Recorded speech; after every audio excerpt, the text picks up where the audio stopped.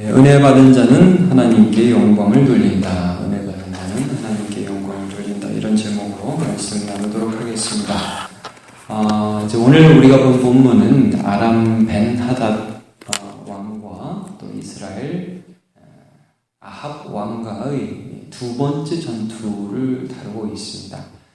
어제 본문에서도 우리가 본 것처럼 그 첫 번째 전투에서 아람 왕 벤 하닷이 32명의 연합군과 함께 수적으로 상대가 안 되는 그런 군대를 이끌고 사마를 이어왔었는데, 하나님이 아합이 괜찮아서가 아니라 하나님의 하나님 되심을 보여주기 위해서 승리를 주시죠.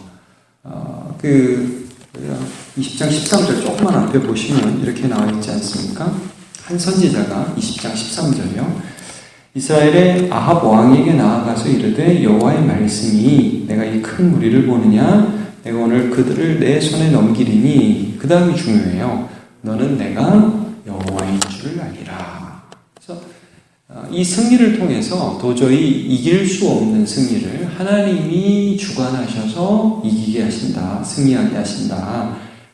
이것을 지금 말씀해 주시는 것이고, 결국 이것을 통해서 아합이 정말 우리 하나님이 살아계신 하나님이고 그분을 경배해야 되는구나, 이걸 알게 하기 위함이죠. 여러분, 이거는 이 18장에도 보면 그 엘리야를 통해서 바알과 아세라 선지자 850명을 대항하게 하신 사건이 있지 않습니까? 거기에도 엘리야가 이제 하늘에서 불이 내리기를 구하기 전에 하나님 불을 주옵소서 이런 기도하기 전에 이 이적이 의미하는 바가 무엇인지를 분명히 합니다. 18장 37절을 제가 한번 읽어드릴게요. 여기 보면, 엘리야가 이런 기도를 합니다. 여호와여 내게 응답하옵소서, 내게 응답하옵소서. 이 백성에게 주 여호와는 하나님이신 것과 주는 그들의 마음을 되돌이키심을 알게 하옵소서 하매. 그러니까 지금 아합 왕에게 지속적으로 찾아오십니다. 한 번은 엘리야를 통해서 찾아오신 거예요. 3년 기근을 통해서 깨닫게 하시려고 하시고, 또 엘리야가 바알과 아세라 선지자와의 이 갈멜산에서의 기도 전투, 기도 대항을 통해서, 영적 전투를 통해서 하나님이 하나님 되심을 아합에게 알려주시려 하셨죠. 아합이 알 수밖에 없었어요. 하나님 정말 하나님이시구나, 우리는 이분을 섬겨야 되는구나. 근데 이 사람의 마음이 심히 왜곡되었고, 이렇게 기적을 봐도 그 하나님을 따르지 않는 모습을 계속 보고 보여주고 있습니다. 마치 이집트의 바로가 그랬던 것처럼. 10가지 재앙으로 치지만 끝까지 하나님을 인정하고 싶지 않잖아요. 그 깊은 마음 속에 무슨 마음이 있냐면요, 자기 사랑이 있는 겁니다. 자기 사랑. 나한테 터치하는 하나님이 진짜 하나님이라도 싫은 거예요. 나는 나를 섬기고 싶은 거죠. 나는 나를 위하고 싶은 거예요. 오늘도 그 하나님이 이스라엘과 아합 왕에게 다가가서 다시 한번 말씀을 해주십니다. 여러분, 오늘 본문에 22절 첫 절을 보면 그 선지자가 나오죠. 아람 왕과의 전투에서 승리할 것을 말씀해 주었던, 하나님의 말씀을 전달했던 그 선지자가 이번에는 뭐라고 야합에게 경고를 하냐면, 왕은 가서 힘을 기르고 왕께서 행할 일을 알고 준비하소서. 해가 바뀌면 아람 왕이 왕을 치러오리이다 하니라. 내년 되면 다시 한번 이 아람 왕이 올 겁니다. 그러니까 준비하세요 라고 경고를 해줍니다. 진짜 그 아람 왕에게 어떤 일이 있었냐면요, 23절부터 25절까지 아람 왕들이 이제 전략회의를 다시 합니다. 아람 왕이. 이 신하들이 어떻게 이 패배의 원인을 분석하느냐. 이스라엘의 신은 산의 신인데, 우리가 모르고 산에서 싸워가지고 졌다. 이제 그 다음에는 평지에서 싸우면 이긴다. 그러니까 하나님을 한정하는 그런 평가를 해요. 그 다음에 24절부터 보면, 이번에 연합군, 이게 패인이다. 여러 나라 왕들 다 돌려보내고 대신에 우리나라 사람들, 아람의 총독들로 이제 다시 군대를 재편하자. 그래가지고 여러 가지 병거는 병거대로, 또 군대는 또 군대대로 이렇게 해서 이번에는 평지에서 싸워보자. 그래가지고 26절에 해가 바뀌어가지고 진짜 아벡이라는 평지에 가서 싸움을 하려고 이제 아람 왕이 모여들게 되었습니다. 얼마나 많은지요? 27절을 보세요. 이스라엘 자손도 소집이 되었어요. 준비를 나름대로 한 겁니다. 그래서 딱 그 진영을 탁 치니까 실제로 전장에 탁 나가보니까 이스라엘 자손은 두 무리의 적은 염소떼 같았다. 이렇게 표현하지 않습니까? 27절에 아람 사람은 온 땅에 충만한 것 같고 이게 뭐 비교가 안 되는 거예요. 준비한다고 했는데도 이게 힘이 안 되는 거예요. 자, 그때 28절이 또 중요합니다. 하나님의 사람이 다시 등장합니다. 이 전세가 말이 안 되는 것 같은 상황에 다시 한번 하나님의 사람이 하나님의 말씀을 갖고 아합을 찾아갑니다. 뭐라고 말씀을 전하느냐? 자, 중반쯤 보시면요. 28절에 여호와의 말씀에 아람 사람이 말하기를 여호와는 산의 신이요 골짜기 신은 아니라 하는도다. 여기 골짜기는요 평지라고 보셔야 됩니다. 그렇게 이제 해석하시면 됩니다. 그러므로 내가 이 군대를 다 내 손에 넘기리니 그 다음에 중요해요. 거기 같이 읽어보죠. 너희는 시작. 너희는 내가 여호와인 줄 알리라 하셨나이다 아니라. 말도 안 되는 이번 전투에도 내가 다시 한번 승리를 줄게. 내가 여호와인 줄 알리라. 그럼 여러분 여호와인 줄을 아는 게 뭐냐? 그 다음을 한번 보죠. 여호와인 줄 아는 게 뭐냐? 전쟁에서 승리를 해요. 29절, 30절 보면 간단하게 두 절의 전쟁에서 어떻게 승리했는지 나옵니다. 7일째 접전을 합니다. 대치를 하다가 근데 하루에 아람 보병 10만 명을 죽입니다. 뭐 적은 염소떼 2대 같은 그런 이스라엘 백성들이 하루에 보병 10만 명을 죽입니다. 근데 그 남은 자가 아벡으로 도망해서 성읍으로 들어갔는데 이 재미있는 현상이 일어나요. 성벽이 27,000명 위에 무너집니다. 우리가 성벽 무너진 거 하면 뭐가 생각나냐면 여리고 전투가 생각나죠. 7일 이렇게 돌다가 마지막 날에 와 하니까 무너져 버리잖아요. 이거 하나님의 섭리거든요. 그러니까 여러분 이 전투는 아합이 뭐 내가 뭐 뛰어난 왕이라서 이겼다 이런 말을 할 수가 없는 전투입니다. 이 승리는 하나님이 주신 거죠.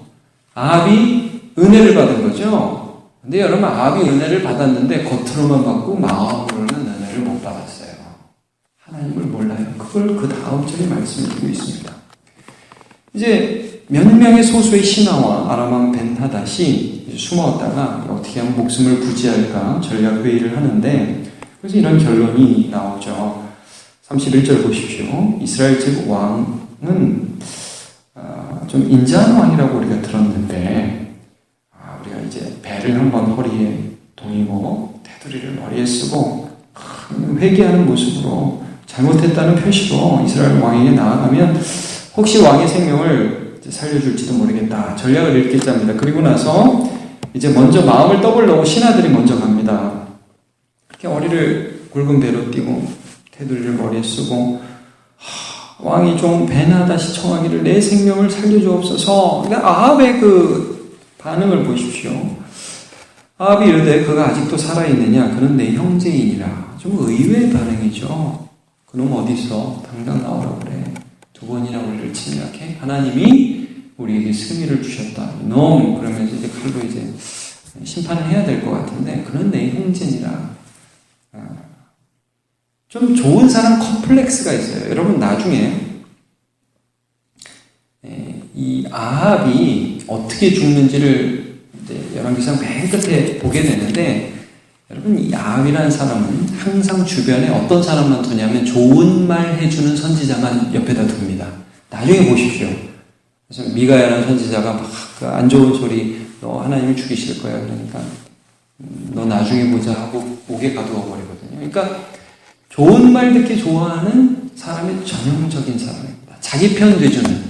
이세벨도 어떤 사람입니까? 나중에 여러분 보십시오. 나봇의 포도원 사건이 이제 21장부터 나오는데 옆에서 마누라가 와가지고 자기가 갖고 싶은 포도원 대신 뺏어주니까 좋아하는 남자입니다. 이 남자가.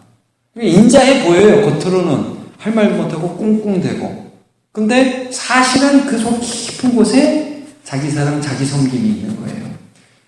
아니, 뭐, 여기서 와가지고 잘못했다고 그러니까 순간 기분이 좋은 거예요. 좀 전에 막 나 죽이겠다 어떤 적군들이 베옷 입고 와서 죄송하다고 한번 살려달라고 그러니까 딱 자기가 쫙 올라가잖아요. 기분이 좋은 거예요. 내 형제라고. 지금 이 아합이라는 사람이 하나님이 승리를 주셨다는 인식과 그 승리 주신 하나님에 대한 알미 없어요. 승리에 도취돼서 이 승리가 내 것인 양 착각하고 지금 자기 영광 가운데 급급해요. 이 사람들이 이 아합이 내 형제다 이러니까 여기 보세요. 그 다음 절에 좋은 징조라고 바로 알아들어요. 이게 원어상은 어떤 의미가 있냐 하면 그들이 신이 응답해 주셨다 이렇게 받은 거예요. 그래가지고 얼른 그 말을 받아서 대답을 이렇게 하죠. 베나다는 왕의 형제입니다. 맞습니다. 왕의 형제라고 그러니까 참 좋네요. 그리고 얼른 베나닷을 인도하여 이스라엘 왕 아합에게 데려오죠. 그러니까 이스라엘 왕 아합이 그를 병거에 올립니다. 이거 뭐예요? 내 형제라 이거죠? 동맹국가다. 정신이 없는 겁니다. 그랬더니 이 베나닷이 머리가 좋아요. 바로 외교적인 그런 술술 탁 써가지고 이 아합을 높여주죠. 이 34절 이 내용을 보십시오. 베나닷이 왕께 아뢰되 내 아버지께서 당신의 아버지에게 빼앗은 모든 성읍을 내가 돌려드리이다. 이게 뭐예요? 제가 다 돌려드릴게요. 공적을 쌓으소서 이거 아니에요. 당신이 얼마나 훌륭한 임금인지 제가 한번 좀 시중 들어줄게요. 지금 아합이 뭘 좋아하는지 자기가 봐도 보이거든요. 이 사람은 지금 자기 공적, 자기 영광 드러내주면 꺽뻑 넘어갈 사람이라는 걸 베나닷이 봐도 아는 거예요. 아합을 볼 때. 그리고 자, 그 다음 구절 보면 가관입니다. 또 내 아버지께서 사마리아에서 만든 것 같이 당신도 다메섹에서 당신을 위하여 거리를 만드소서. 그러니까 아마도 이 사마리아의 이 벤하닷의 아버지 벤하닷이 사마리아의 벤하닷 1세였던 것 같습니다. 그 사람이 사마리아에 거리를 만들었어요. 이것과 똑같이 우리나라에도 당신 아합 거리, 스트리트 아합 이런 거 만들려는 거예요. 그럼 얼마나 사람들이 아합이 누군데 하면서 당신의 이름이 영광받겠습니까? 이 말을 듣고 웃기고 있네. 하나님이 영광 받으셔야지. 이 승리는 하나님 주신 거야. 이놈 이렇게 나가야 되는데 아합의 반응이 내가 이 조약으로 인해 당신을 놓으리라 하고 더불어 조약을 맺고 그를 놓았더라. 여러분 이 사람 아합이 승리를 냈습니다. 하나님의 은혜는 받았습니다. 근데 마음으로 하나님의 은혜를 받지 못했습니다. 끝까지 자기 영광만 추구하는 왕으로 남아있죠. 여러분 이런 모습들이 어디서 보입니까? 이스라엘의 초대왕 사울. 그가 하나님이 아말렉을 진멸하라고 보내니까 진멸하지 않습니다. 좋은 것 안겨옵니다. 자기 공적을 세워야 되거든요. 사무엘이 이거 뭡니까? 여호와께 예배하려고 그러려고 가져왔다고. 사무엘이 뭐라고 말하죠? 당신이 여호와의 말씀을 버렸으므로 여호와께서 당신을 버리셨습니다. 순종이 제사보다 낫고 듣는 것이 수양의 기름보다 낫습니다. 끝까지 자기 영광만 취하고 은혜 받았다고 생각하잖아요. 여러분 우리가 이 세상 살아가면서 오늘이라는 삶 속에서 주어진 모든 삶에서 하나님의 은혜가 나를 지탱해 주시는 줄로 바로 해석해서 하시기를 축복합니다. 내가 살아있는 게 하나님의 은혜구나. 여러분 우리의 삶에 고난도 있지만 그 고난을 뛰어넘는 승리가 있죠. 우리의 삶에 예수 그리스도께서 찾아오셨죠. 그 예수 그리스도께서 오늘 우리의 삶에 은혜 주시죠. 은혜를 은혜로 알아야 됩니다. 은혜를 은혜로 알고 그리고 삶에서 살아가면서 은혜를 은혜로 아는 자는 삶을 살아가면서 인생의 초점이 내가 영광 받는 게 아니라 하나님께 영광을 돌리는 데 있는 것입니다. 오늘도 참 이 아합의 삶이 아닌 예수 그리스도 그분의 십자가의 보혈과 그분의 함께 하심의 은혜를 받은 자로서 하나님께 영광 돌리는 삶을 사는 저와 여러분 되시길 주님 이름으로 축복합니다. 기도하겠습니다. 하나님, 오늘도 우리는 아합을 살펴보면서 그의 삶이 얼마나 하나님의 개입하심에도 불구하고 여전히 자기의 영광에 초점 맞춰진, 들어도 듣지 못하고 보아도 보지 못하는 그런 인생이었던가 하는 것을 보게 됩니다. 하나님 은혜를 제대로 받은 자는 삶의 목표를 하나님을 찬양하고 하나님께 영광 돌리고 하나님께 감사하고 하나님께 순종하는 데 두는 것을 보게 됩니다. 주님, 우리의 삶을 해석할 수 있는 능력을 주옵소서.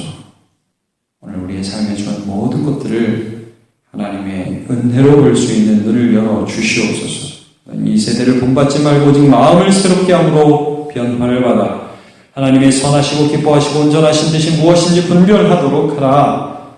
주님의 말씀을 가슴에 새기고 주님의 은혜에 감사하며 삶으로 그 하나님 은혜에 감사하는 삶 살아갈 수 있도록 은혜 내려 주옵소서. 감사드리며 예수님의 이름으로 기도하옵나이다.